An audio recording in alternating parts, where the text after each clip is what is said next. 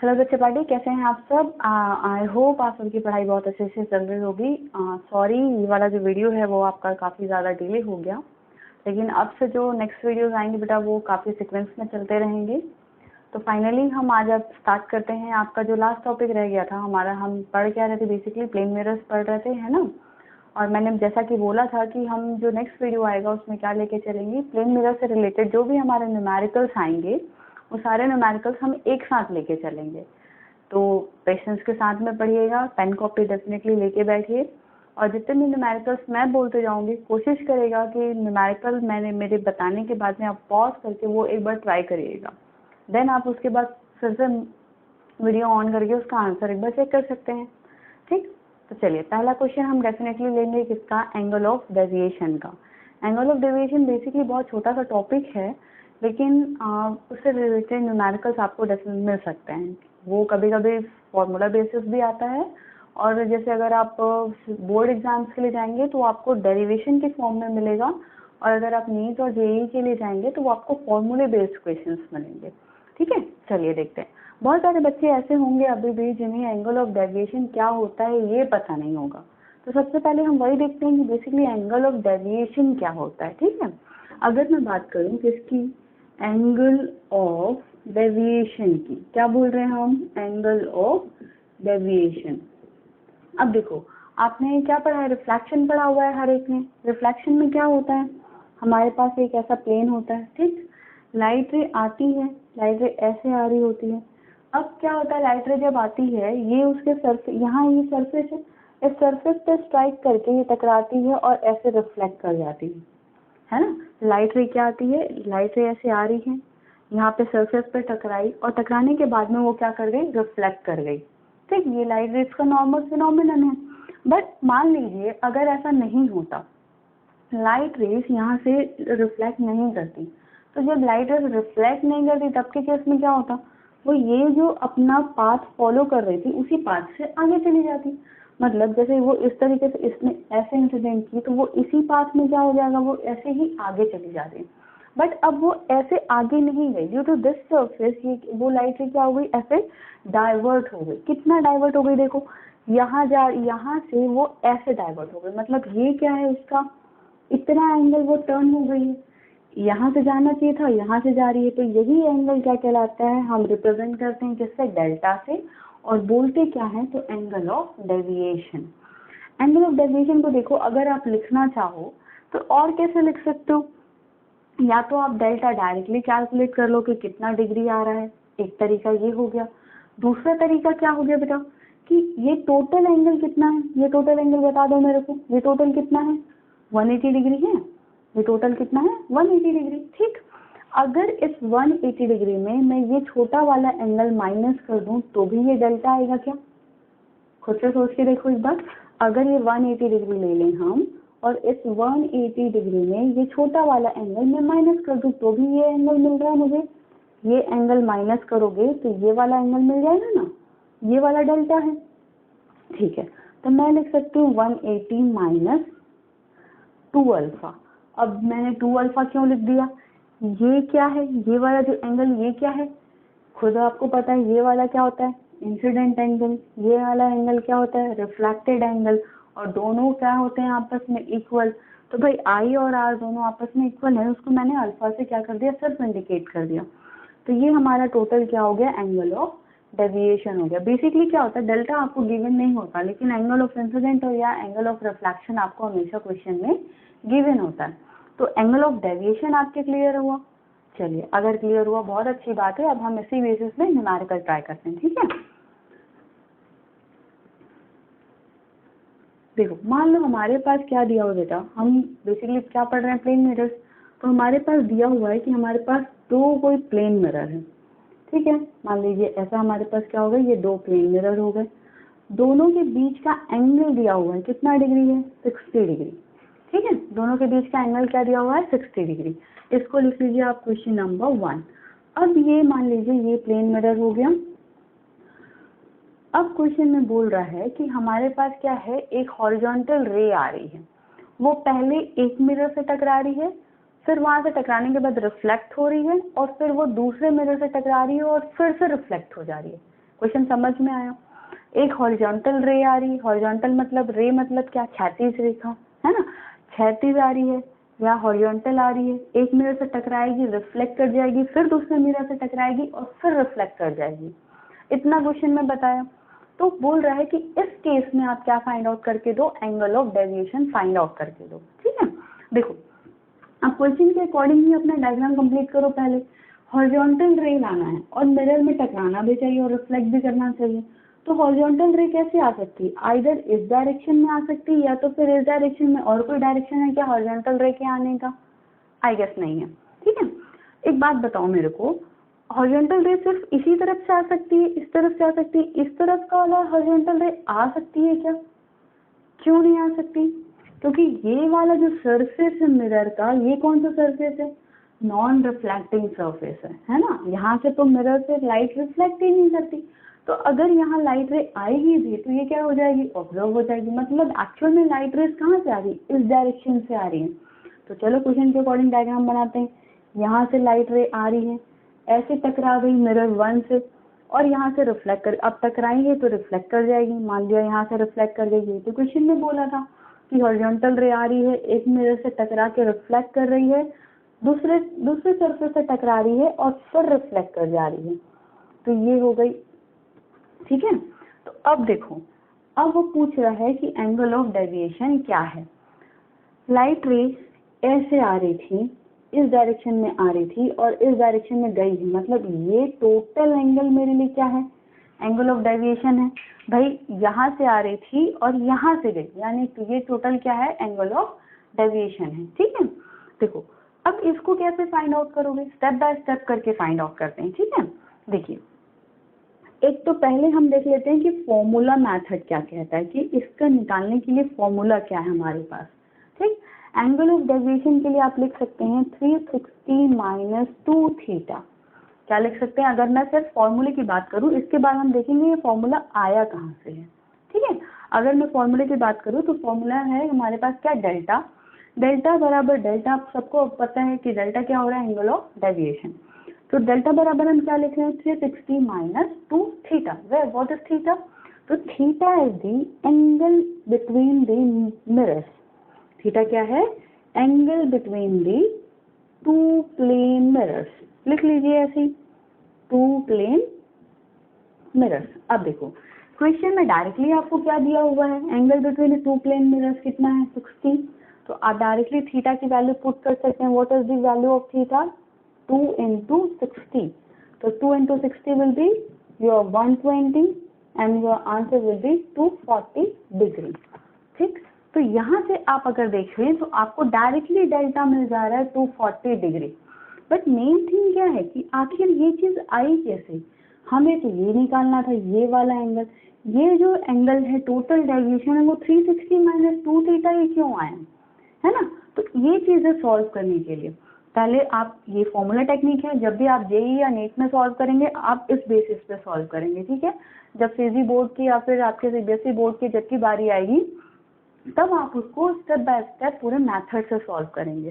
Pen का cap मैं ले लेती हूँ और ठीक है, देखो चलिए फिर स्टार्ट करें। फॉर्मूला याद हुआ, बहुत अच्छी बात। देखो सबसे पहले तो ये बताओ मेरे को कि ये लाइट रे रिफ्लेक्ट कितने बार हो रही है, 2 बार है ना। एक बार यहाँ पे रिफ्लेक्ट हो रही है और एक बार यहाँ पे रिफ्लेक्ट हो रही है, यानी डिफ्लेक्शन कितनी बार मिल रहा होगा हमको, 2 बार डिफ्लेक्शन मिल रहा होगा। भाई पहली बार डिफ्लेक्ट हुई है और यहाँ पे सेकेंड बार डिफ्लेक्ट हुई, तो थोड़े थोड़े दोनों टाइम में जब भी रिफ्लेक्ट हो रही है तो थोड़ा थोड़ा डिफ्लेक्शन भी आ रहा होगा। तो पहले हम लिख लेते हैं टोटल डिफ्लेक्शन कितना हो जाएगा, total deflection will be delta 1 plus delta 2। यहाँ वाला डिफ्लेक्शन और यहाँ वाला डिफ्लेक्शन, दोनों डिफ्लेक्शन को जब ऐड करोगे तब क्या मिलेगा, टोटल डिफ्लेक्शन मिल जाएगा। ठीक है, अब देखो मैं क्या बोल रही हूँ, यहाँ पे देखो अगर ये लाइट रे इस डायरेक्शन में आ रही है, कैसे आ रही है, इस डायरेक्शन में जा रही है ना लाइट रे। ठीक है, अगर इस डायरेक्शन में जा रही थी फिर ये लाइट रे कहाँ चली गई बेटा, ये मिरर से टकराई और इस डायरेक्शन में रिफ्लेक्ट हो गई। अगर ये रिफ्लेक्ट नहीं होती ये लाइट रे कैसे निकल जाती, इसी डायरेक्शन में आगे चली जाती। तो मतलब इस डायरेक्शन में जाना था और यहाँ चली गई, यानी ये वाला एंगल मेरा क्या है, डेल्टा 1 है। समझ पाए? ये वाला एंगल मेरा क्या है, डेल्टा 1 है, ठीक है। अब देखो, ठीक, अब आगे कैसे सॉल्व करेंगे, हमें निकालना क्या है, डेल्टा 1 की वैल्यू।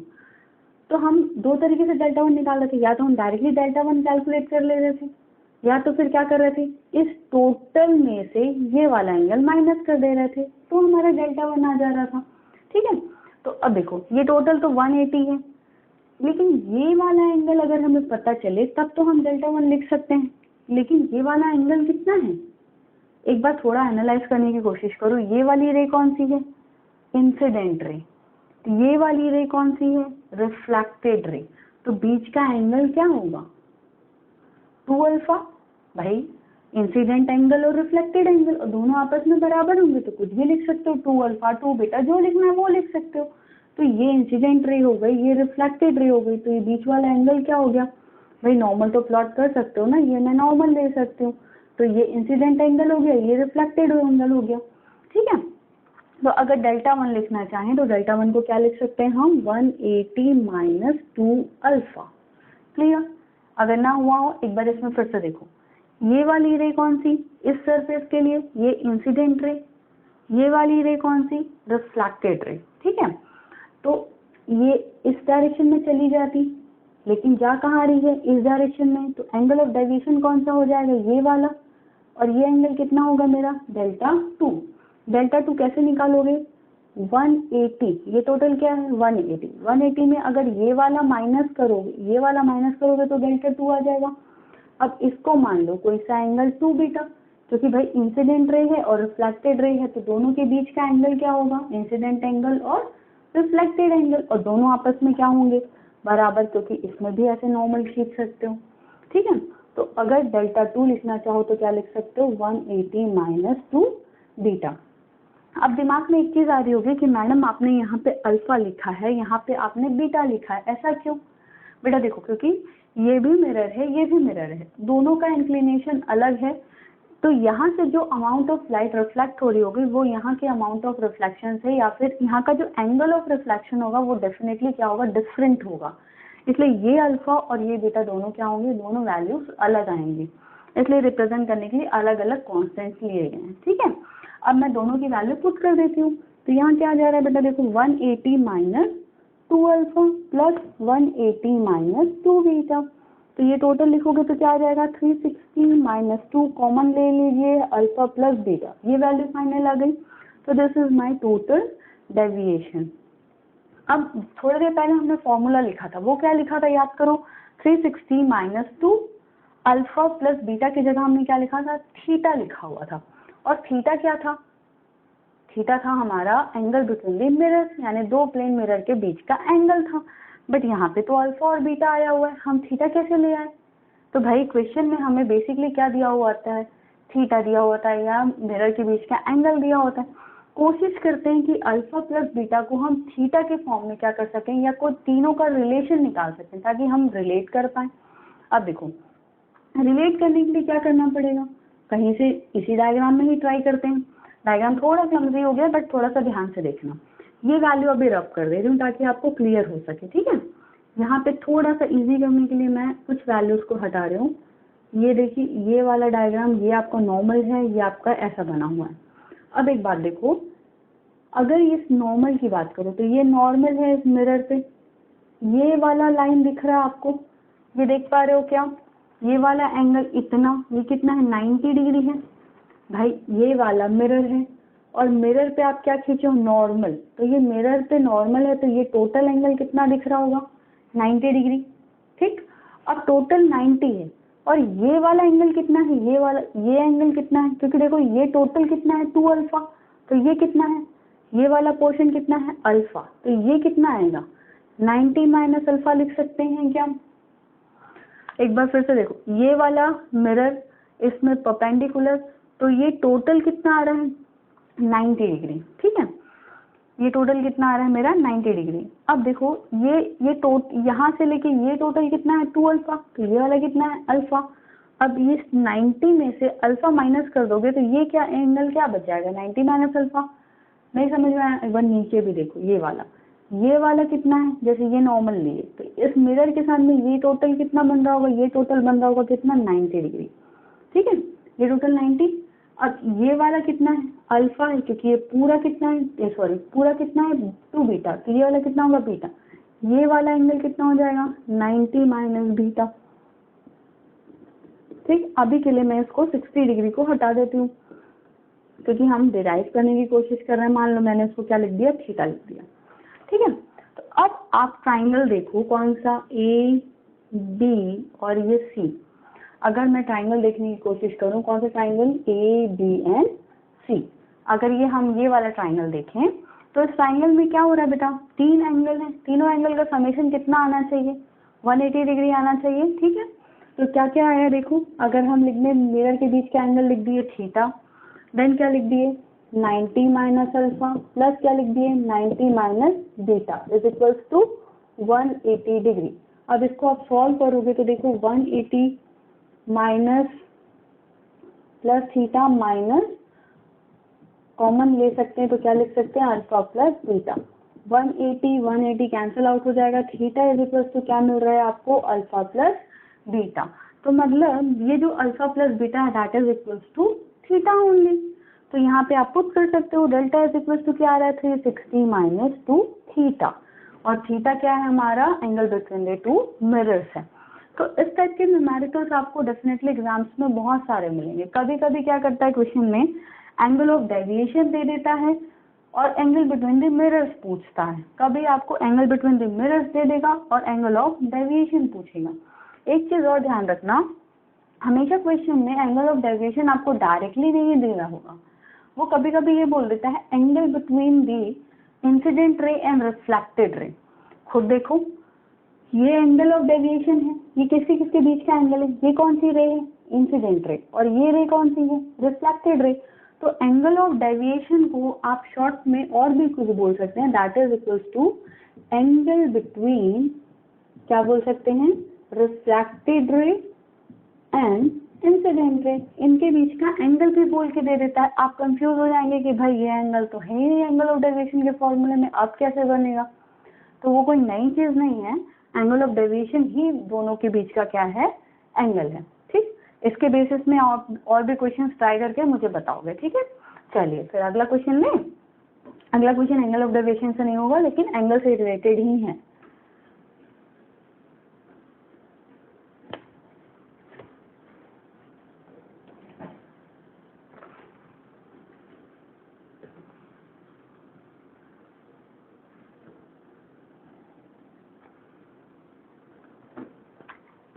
देखो एक अगला क्वेश्चन लेते हैं।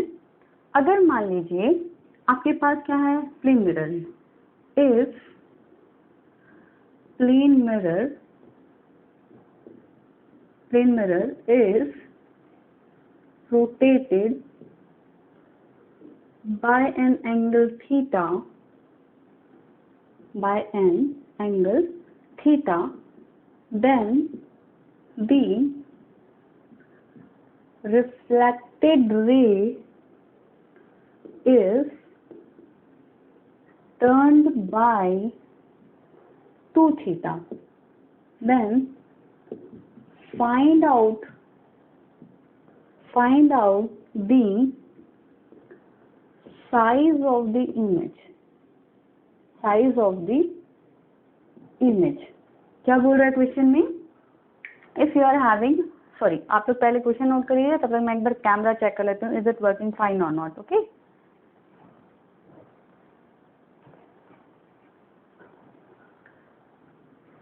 ठीक है, देखो तो क्वेश्चन में क्या बोल रहा है हमारा कि हमारे पास क्या है, एक प्लेन मिरर है, ठीक है। अब प्लेन मिरर है और प्लेन मिरर को हम क्या कर रहे हैं, एक एंगल थीटा से रोटेट कर देते हैं। प्लेन मिरर को आप थीटा एंगल से रोटेट कर रहे हो तो जो आपका जो रिफ्लेक्टेड रे है, वो रिफ्लेक्टेड रे क्या होती है बेटा, 2 थीटा से क्या होती है, टर्न हो जाती है। क्वेश्चन समझ में आया। प्लेन मिरर है, मान लो प्लेन मिरर ऐसे रखा हुआ है, ठीक है, ये प्लेन मिरर रखा हुआ है, ये ऐसा मिरर है। अब इसको अगर हम क्या करें, थीटा एंगल से रोटेट करा दें, मतलब इस पोजीशन पे ले आए, तो इसकी जो रिफ्लेक्टेड रे है वो पहले मान लो अगर इस डायरेक्शन में थी, तो अब वो किस डायरेक्शन में, इस डायरेक्शन में चली गई, 2 थीटा उसमें क्या आ गया, वेरिएशन आ गया।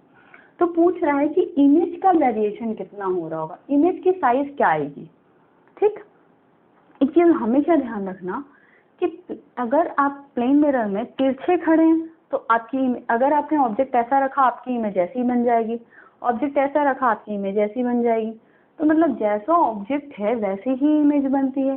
प्लेन मिरर के रोटेशन का आपकी इमेज के साइज पे कोई इफेक्ट नहीं पड़ता। मतलब ये क्वेश्चन आपको सिर्फ कंफ्यूज करने के लिए दिया गया है। क्वेश्चन आपका जो है वो ट्रिक बेस्ड है और इस क्वेश्चन का ट्रिक ये कहता है कि साइज ऑफ द इमेज, क्या किसकी बात कर रहे हैं हम, साइज ऑफ द इमेज। जो साइज ऑफ द इमेज है that does not depend upon the rotation of the mirror. अगर मिरर का रोटेशन कुछ भी हो, size of the image will remain same in all types of question.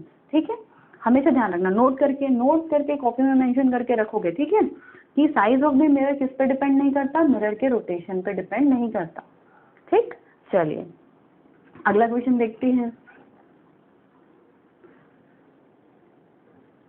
समझ में आ रहा है कुछ या नहीं, बताएंगे मुझे रिस्पॉन्स करके। ठीक है, देखो इमेज से रिलेटेड ही एक और क्वेश्चन आता है, इन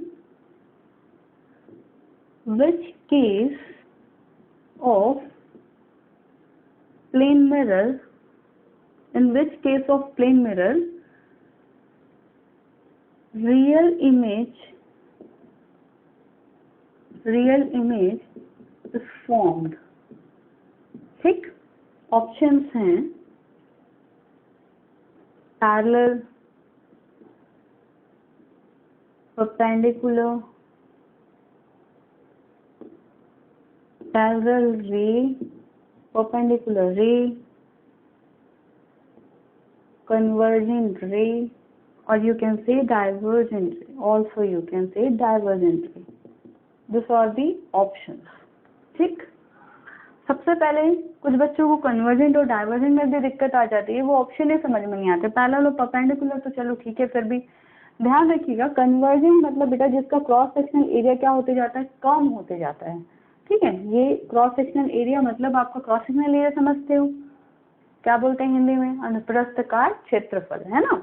और डाइवर्जेंट मतलब क्या होता है बेटा, कि जिसका क्रॉस सेक्शनल एरिया क्या होते जाए, बढ़ता जाए, फैल जाए, डाइवर्ज हो जाए। ठीक है, तो अब कौन से ऐसे रे आएंगे तब के केस में आपको क्या मिलेगी, रियल इमेज मिलेगी।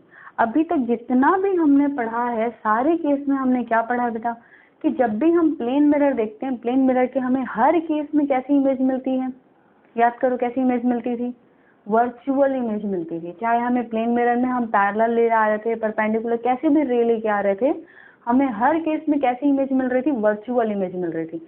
लेकिन प्लेन मिरर का केवल एक केस है जिसके लिए हमें क्या मिलती है, रियल इमेज मिलती है। ध्यान है, रियल इमेज और वर्चुअल इमेज का डिफरेंस क्या होता है।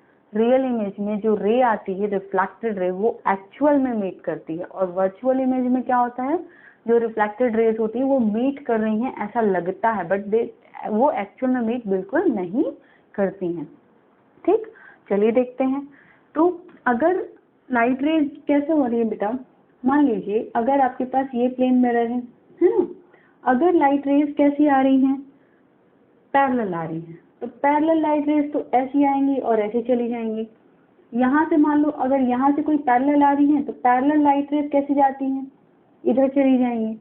भाई ये तो प्लेन मिरर का केस है, तो पैरेलल आके पैरेलल ऐसे ही चली जाएगी, यानी ये ऑप्शन में डेफिनेटली नहीं हो सकता। ऑप्शन तो मैंने अपने अकॉर्डिंग लिया है इसलिए ये मैच नहीं कर रहा। ठीक है, देखो अगर कन्वर्जेंट और डाइवर्जेंट में बेसिकली कंफ्यूजन हो सकता है। ये देखो, ये मान लो मिरर है हमारा, अगर हमारे पास क्या हो रहा है, डाइवर्जेंट रेज आ रही है, डाइवर्जेंट मतलब फैली हुई। तो अगर मान लो ऐसी कोई लाइट रे आ रही है और ये लाइट रे एक ऐसी आ रही, क्योंकि आप सबको पता है इमेज बनाने के लिए दो लाइट रेज चाहिए ही चाहिए, है ना। तो अगर ये ऐसी आ रही है तो ये रिफ्लेक्ट करके कैसी जाएंगी, ऐसे जाएगी इस तरफ, ये किधर जाएगी, ऐसी जाएगी। तो ये क्या इस तरफ कभी मिलेगी, इस तरफ कभी भी नहीं मिलेगी, क्योंकि ये इस तरफ चली गई और ये इस तरफ चली गई। तो ये तो भैया इधर ऐसे जा रही है, ये कभी ये फैल रही है, ये कभी नहीं मिलने वाली। ये इस तरफ मिलेगी क्या, नहीं। कौन सी साइड में मिलेगी, ये पीछे की तरफ बढ़ाओगे तब मिलेगी, मतलब ये इस तरफ यहाँ से आती हुई लगेगी, है ना। तो ये इसका इमेज देखो, ये हम जब हमें लगेगा लाइट रे ये यहाँ से टकरा के ऐसे जा रही है, जब आप देखोगे तो क्या लगेगा, यहाँ से आ रही है ऐसा लगेगा क्या, नहीं यहाँ से आ रही है ऐसा लगेगा, यानी हमारी इमेज यहाँ बन रही है। ठीक है, यानी हमारी इमेज कहाँ बन रही होगी, यहाँ बन रही होगी। यानी अगर हम डाइवर्जेंट देखते हैं तो हमें हमारी इमेज नहीं मिलती, पर पैरेलल रे अकेले इमेज बनाने के लिए सफिशिएंट नहीं है, क्योंकि जो पैरेलल आएगा वो पैरेलल चला जाएगा। ठीक, परपेंडिकुलर का तो कोई चांस ही नहीं है, क्योंकि मिरर के परपेंडिकुलर मतलब कैसा, एक लाइट रेज यही हो रही, तो दोनों ऑप्शन एक जैसे ही हो जा रहे हैं। लास्ट में सिर्फ हमारा क्या बच रहा है, कन्वर्जेंट।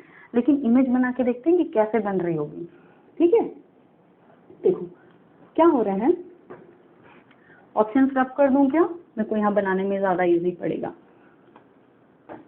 यहाँ पे देखो, अगर ये हमारे पास क्या है, मिरर है, अगर ये मिरर ऐसा मैंने रख दिया, ठीक है, अगर लाइट रे क्या हो रही बेटा, कन्वर्ज होते हुए आ रही है, मतलब मान लो लाइट रे ऐसे आई, मिरर के सरफेस पे टकराई और ऐसे रिफ्लेक्ट कर गई, तो ये डायरेक्शन हो गया रिफ्लेक्शन का।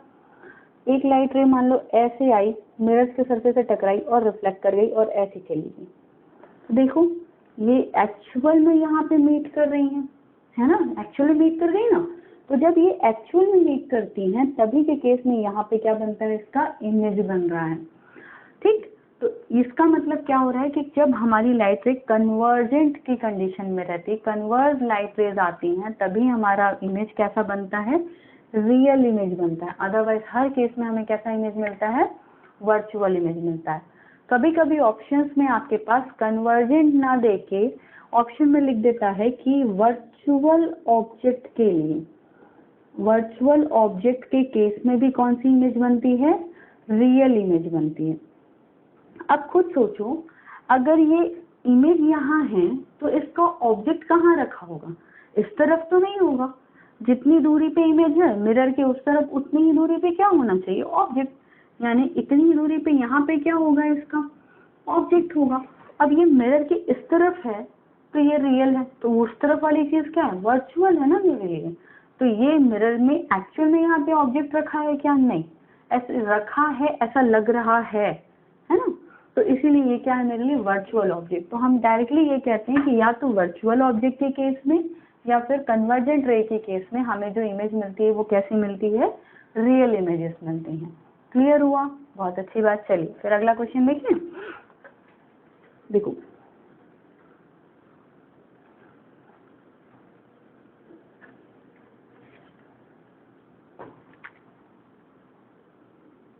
कुछ कुछ समझ में आ रहा है या कुछ भी समझ में नहीं आ रहा, कुछ तो आ रहा है, ठीक।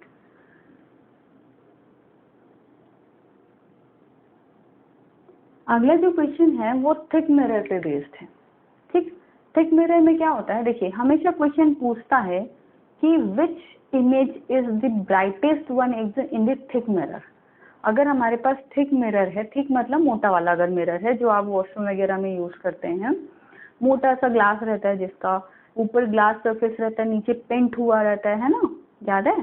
तो जो थिक मिरर्स होते हैं बेटा, उन थिक मिरर्स में हमेशा पूछता है कि कौन सी इमेज, थिक मिरर का पहले चीज तो ये ध्यान रखो कि अगर आपके पास थिक मिरर है आपके पास नंबर ऑफ इमेजेस बनने वाली हैं। पैरेलल मिरर का केस याद है, कैसे एक के बाद एक रिफ्लेक्ट हो रही थी, दो सरफेस था तो, है ना, दो सरफेस थे आपके पास, दो पैरेलल सरफेस। अब अगर थिक मिरर है, मोटा मिरर है, मतलब आपके पास दो पैरेलल सरफेस हो रहे हैं, और पैरेलल सरफेस के केस में हमारे पास नंबर ऑफ इमेजेस क्या हो जाती है, इनफाइनाइट। तो थिक मिरर भी सेम वैसे ही होता है, आपके पास नंबर ऑफ इमेजेस बहुत सारी हो जाती हैं।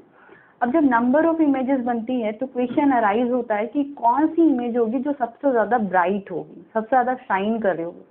दिमाग में सबसे पहली चीज आती है कि भाई जो इमेज पहली बन रही होगी वो इमेज सबसे ज्यादा क्या होगी, ब्राइट होगी, जैसे नॉर्मल प्लेन मिरर के केस में होता है। बट यहाँ पे आप गलत कर जाओगे, क्योंकि थिक मिरर के केस में फर्स्ट वाली नहीं, सेकेंड जो इमेज होती है ना वो ब्राइटेस्ट वन होती है। हमेशा ध्यान रखना, थिक मिरर के केस में कौन सी इमेज ब्राइट होती है, सेकेंड इमेज, जो सेकेंड नंबर की इमेज बनती है that image will be the brightest one among the all the images. ठीक, अब कैसे होती है वो एक बार देखते हैं। देखो सबसे पहले एक कॉन्सेप्ट दिमाग में डालो कि वो क्या कॉन्सेप्ट क्या है, कि जो आपकी ग्लास सरफेस होती है वो कम रिफ्लेक्टिव होती है as compare to silvered surface. Glass surface क्या होती है, कम रिफ्लेक्टिव होती है as compare to silvered surface. Glass surface से कम रिफ्लेक्शन होता है, सिल्वर सरफेस से ज्यादा रिफ्लेक्शन होता है। समझ में आया? फिर से रिपीट करूं, ग्लास सरफेस से कम रिफ्लेक्शन होता है, सिल्वर सरफेस से ज्यादा रिफ्लेक्शन होता है। यही इस चीज का लॉजिक है, इसी के बेस पे ये क्वेश्चन इजीली सॉल्व हो जाएगा। देखो जैसे मान लो ये मेरा कौन सा सरफेस है, ये मान लिया मैंने, ये मेरा कौन सा सरफेस है, ग्लास सरफेस, और ये कौन सा सरफेस है, सिल्वर्ड सरफेस है। ठीक है, अब देखो यहाँ से कोई लाइट रे ऐसे आ रही होगी, ये लाइट रे आई, ठीक, यहाँ पे आ गई। अब जैसे ही ये लाइट रे यहाँ पे आई, लाइट रे क्या करेगी बेटा, रिफ्लेक्ट करेगी। ग्लास सरफेस क्योंकि कम रिफ्लेक्टिव है, ये क्या करेगा, ये 10% ऑफ द लाइट, मान लो यहाँ से 100% लाइट आ रही है, सिर्फ समझने के लिए मैं बता रही हूँ, एक्चुअली में मत भूलना कि नाम 10% है, 10% तो ट्रांसमिट हो गया, मतलब सिर्फ समझने के लिए, एक्चुअल में 10% नहीं, कुछ और भी रेशियो ये ट्रांसमिट रिफ्लेक्ट कर सकती है, बट समझने के लिए हम मानते हैं कि 10% को रिफ्लेक्ट कर सकती है। तो मान लिया ये 10% रिफ्लेक्ट कर रही है, ठीक, तो बाकी को ये क्या कर रही होगी, ट्रांसमिट कर रही होगी। तो इसने मान लो अब 10% रिफ्लेक्ट कर दिया, यानी इसने कितना ट्रांसमिट किया, 90% ट्रांसमिट किया, ठीक। अब जो सिल्वर्ड सरफेस है वो अब इस पे टकरा गई, तो सिल्वर्ड क्या करेगी, सिल्वर्ड ज्यादा को रिफ्लेक्ट करती है, सिल्वर्ड ज्यादा रिफ्लेक्टिव है, ये क्या है, मोर रिफ्लेक्टिव है, इसको मैं लिख दे रही हूँ मोर रिफ्लेक्टिव। तो ये क्या करेगी, जब इसके सरफेस पे टकराएगा ये ज्यादा रिफ्लेक्ट कर देगी, यानी ये मान लो ये पूरा मान लिया मैंने 85% रिफ्लेक्ट कर गई, ठीक है। तो जब ये 85% रिफ्लेक्ट कर गई, फिर यहाँ पे टकरा गई। अब ये कौन सा सरफेस है, ग्लास सरफेस, तो ये ग्लास सरफेस क्या करेगी, ज्यादा रिफ्लेक्ट करेगी या कम रिफ्लेक्ट करेगी, कम रिफ्लेक्ट करेगी। तो देखो ये कम रिफ्लेक्ट कर रही है, तो ये 85% का मान लो, ये अभी 10% रिफ्लेक्ट कर रही थी, तो अभी भी 10% ही मैंने मान लिया रिफ्लेक्ट करी, क्योंकि अब ये इंसिडेंट रे है, ये रिफ्लेक्टेड रे है, और ये मेरा क्या है, ट्रांसमिटेड। तो कितना परसेंट ट्रांसमिट हो रहा होगा, 75, भाई 85 था, 75% क्या हो रहा होगा, ट्रांसमिट हो रहा होगा, ठीक। देखो ये रे हो गई इंसिडेंट रे, ये आई रिफ्लेक्टेड रे, और ये ट्रांसमिटेड रे, ये ट्रांसमिटेड, ये रिफ्लेक्टेड रे, ठीक है, रिफ्लेक्टेड, इस ये ट्रांसमिटेड रे है, इस केस के लिए ये रिफ्लेक्टेड है, लेकिन यहाँ के लिए ये इंसिडेंट रे है, ये रिफ्लेक्टेड रे है, और ये मेरा क्या है, ट्रांसमिटेड रे है, ठीक। तो अब देखो इमेज किसके कारण दिख रही होगी, इमेज एक तो क्योंकि ये रे बाहर निकल रही है, यानी इसके कारण यहाँ पे इमेज दिख रही होगी, और ये रे बाहर निकल रही है ऐसे, यानी इसके कारण एक इमेज यहाँ पे दिख रही होगी, इमेज 1 एंड इमेज 2। अब देखो ये रिफ्लेक्ट हुई है यहाँ पे, ये फिर से यहाँ पे क्या है, ये फिर टकरा के वापस जा सकती है। तो ऐसे ये प्रोसेस कंटिन्यूसली चलता जाता है। बस खुद देखो इमेज जो 1 बन रही है that will be based on only 10% of the light, and जो सेकेंड इमेज बन रही है वो 75% ऑफ द लाइट के कारण है, ठीक। तो इसका मतलब क्या हो रहा है कि जो सेकेंड इमेज बनती है वो इमेज आपको ज्यादा ब्राइट दिखेगी as compare to all the images. तो हमेशा आप ध्यान रखना कि अगर आपके पास कौन सी मिरर है, thick mirror, if you are having the thick mirror the second image will be the brightest one. कौन सी इमेज, सेकेंड इमेज। मैं आपको क्वेश्चन और ऑप्शन के हिसाब से नहीं बता रही, मैं आपको डायरेक्टली सॉल्व करके और ऑप्शन ही दे रही हूँ। क्वेश्चन आए तो उस बेसिस पे सॉल्व करना है, ऐसा नहीं कि छोड़ देना, ठीक है। चलिए एक क्वेश्चन आप बना के मेरे को बताएंगे, ठीक है। मैं आपको हालांकि इसकी मेथड बता चुकी हूँ, बट फिर भी देखो, अगर मान लीजिए आपके पास ये कोई इंसान खड़ा हुआ है, पहले बना चुके हो उस टाइप के क्वेश्चन, अगर इसकी हाइट में मानूं कितना है, 180 मीटर है, 10 मीटर डिस्टेंस पे इसका हेड है, ठीक। यहाँ से इसकी टोटल हाइट कितनी है, 180, टॉप से लेके 10 मीटर के डिस्टेंस पे क्या है, उसका हेड है। अगर ये इंसान अपनी पूरी लेंथ मिरर में देखना चाहेगा तो इसको किस लेंथ का क्या चाहिए होगा, मिरर चाहिए होगा। अगर ये जो है ये अपनी पूरी लेंथ किस में देखना चाहे, मिरर में देखना चाहे, तो इस इंसान को कितनी लेंथ की क्या चाहिए होगी, मिरर चाहिए होगी। ये आप मुझे कमेंट करके बताएंगे, ठीक है। चलिए ये आप लोग के लिए था छोटा सा, ताकि आप पढ़ रही हैं या नहीं पढ़ रही हैं ये मुझे पता चले। देखो अब एक क्वेश्चन लेते हैं।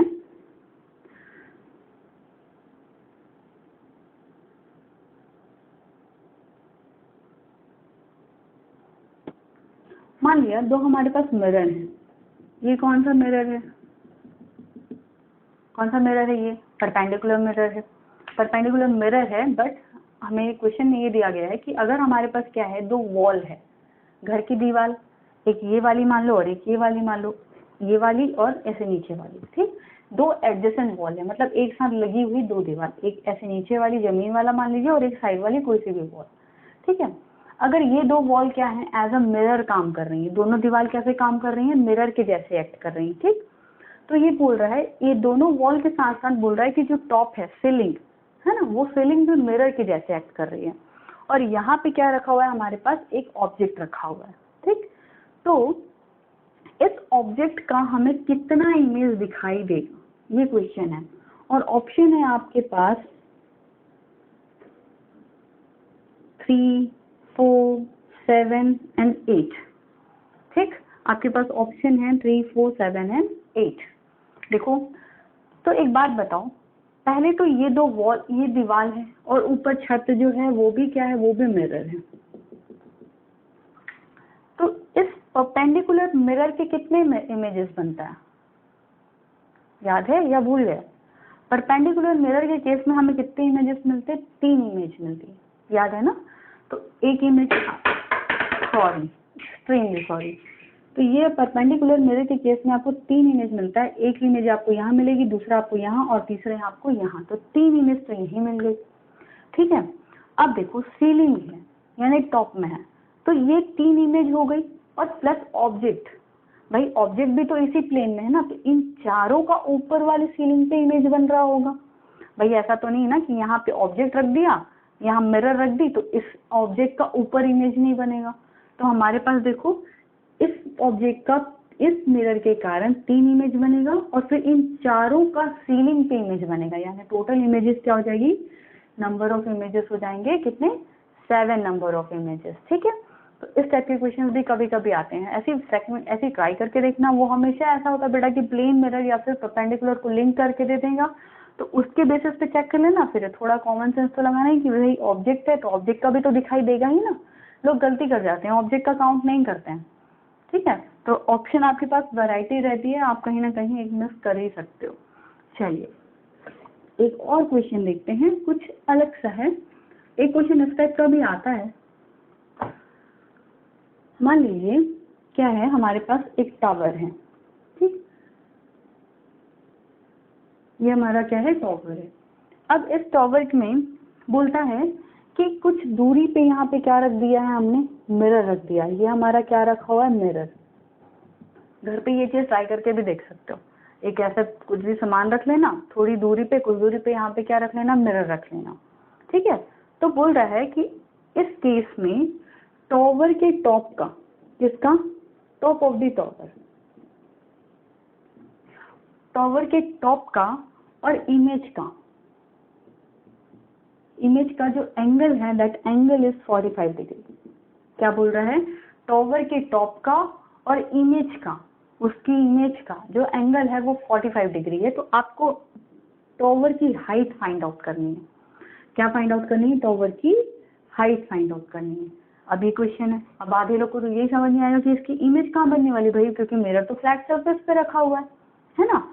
देखो इसकी जो इमेज होगी वो नीचे बनेगी इसकी।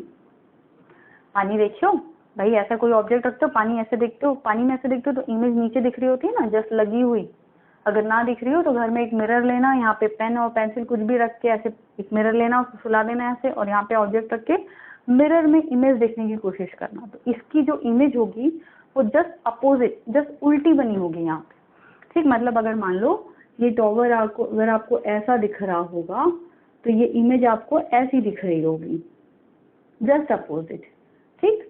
तो आपको क्या बोल रहा है, टॉप ऑफ द टावर और इमेज दोनों के बीच का एंगल कितना है बेटा, 90 डिग्री। तो ये वाला एंगल कितना हो जाएगा आपका 45, ये वाला एंगल कितना हो जाएगा आपका 45। मान लो अगर यहाँ से इसके बेस के से जहाँ तक मिरर रखा हुआ है वो डिस्टेंस कितनी है, 60 है, ठीक है। वो डिस्टेंस कितनी है, 60। तो अब मिरर की हाइट निकालना तो इजी हो गया भाई, यहाँ से लेके यहाँ तक कितना है 60, ये वाला एंगल कितना है 45, ये फाइंड आउट करना है। तो अगर ये वाला ट्राइंगल देखोगे तो ये ट्राइंगल अगर मैं देखने जाऊं तो ये आधार हो गया, ये क्या हो गया मेरा लंब, और ये क्या हो गया मेरा कर्ण, ये हाइपोटेनियस, हाइट, और ये क्या है तुम्हारा हाइपोटेनियस, परपेंडिकुलर और बेस। तो कौन सा थीटा लेना पड़ेगा, क्या क्या पता है हमें, बेस मालूम है और क्या मालूम है, परपेंडिकुलर मालूम है। तो बेस हो गया तुम्हारा कितना 60, ठीक है, और हाइट तो आप सॉरी ये हो गया लंब और आपका ये हो गया आधार। तो ये 1045 को वैल्यू पता ही है, ठीक। तो ये फाइनली आपको क्या मिल सकता है, ऐसे उसके आंसर आ सकते हैं। इस बेसिस पे भी क्वेश्चन आते हैं, कभी कभी पानी है बोल देता है, कभी मिरर बोल देता है, ठीक। तो यहाँ पे ध्यान देना, ऐसी चीजें लेता है जिसमें आपको ऊपर वाले ऑब्जेक्ट की इमेज दिखाई दे। लोग कंफ्यूज हो जाते हैं कि इमेज कहाँ बनेगी, इमेज जस्ट अपोजिट नीचे बनेगी और उनके बीच का एंगल दिया जाता है, ठीक। तो इतने सारे क्वेश्चंस बेटा मैंने कलेक्ट किए थे जो इस टॉपिक से रिलेटेड थे। आपको जो भी अगले क्वेश्चंस, अगर कुछ और वैरायटी ऑफ क्वेश्चंस मिल रहे हैं आप डेफिनेटली मुझे बताइएगा। अगले वीडियो में हम इसके बाद जब मिलेंगे तो हम स्फेरिकल मिरर्स के साथ मिलेंगे, ठीक है। आई होप आपको कुछ समझ में आया होगा। ये सारे न्यूमेरिकल्स कंप्लीट कीजिए और वेलोसिटी ऑफ मिरर्स को ना छोड़िएगा। वो वीडियो आई थिंक आप पढ़ चुके होंगे, जितने भी क्वेश्चन है वो कर चुके होंगे, ठीक है। तब तक के लिए फिर पढ़ते रहिए बेटा। Good night.